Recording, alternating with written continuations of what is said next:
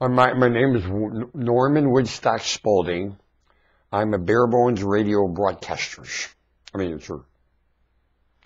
In very skeleton nation. And I represent the skeleton nation.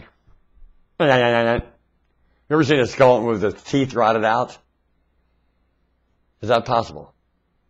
How come all the skeletons we see in the movies have wonderful teeth?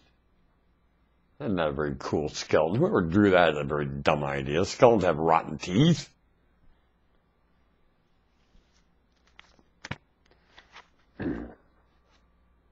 It's not that it didn't provide enough. It's that there was not enough information how sacred it is. Humans never realize how sacred this is.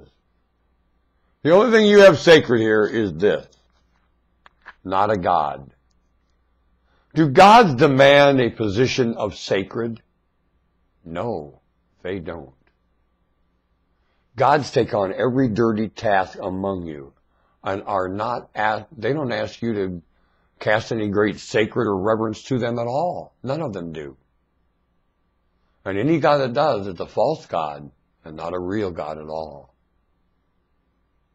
Are you aware of that? And if all these gods that want sacred respect didn't have a staff, that wouldn't be going on. Take the staff away from all gods that ask for sacred respect and see if that God still asks for sacred respect. Go ahead. Does the God that asks for sacred respect need a staff to tend the altar? Do they? Do they require sacrifice? Any of them? No. Have you gone to your God that asks for sacred respect and ask about these steps of sacrifice and so on? Have you? Loyalty to the staff, misunderstanding, dictating to you from the altar? Longer? I know, I dated, I'm a migration caller. I remember when it wasn't going on, and I remember when it started, and I warned them, by God, you're going to pay. Now I'm bringing the evidence of this to you right now. I've had this conversation before, longer than humans have flag and borders. I had this conversation. Why, Matt? And you all remember. I know you do. Don't you? You ain't dumb. And you're playing dumb to let the staff from the altar hang your head. Well, you ain't going to do it no more, are you?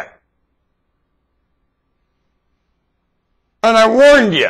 Your conscience knows better than all of it. Yeah, it does.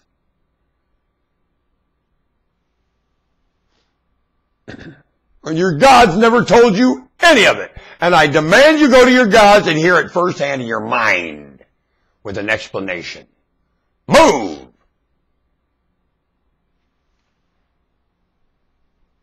And anybody that don't like you and don't like your God. Because your God will take that test. But good! And the God that won't ain't worth its weight in heaping. My God will. My God's the one that explained all this to me when I finally went to my God. And then sent me through another door to my Creator, a far different position than my God. And believe me, a long time ago, I asked and demanded to be the friend of God, just like Abraham. I read where Abraham was God's friend, and I said, that's for me! Have you done that? But then you don't know God. From a book.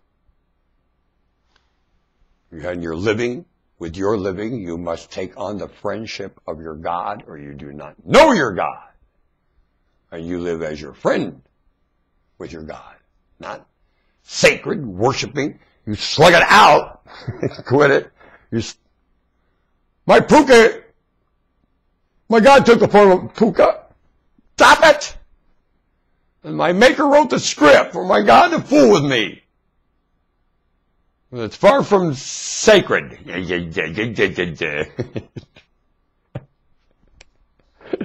Don't. Only God can get a hold of your arm and start fooling with it. God can even put words in your mouth. I came to tell you about something about, I'll be right back. I got to upload this. I'll tell you what puts words in your mouth more than God. I know what puts words in your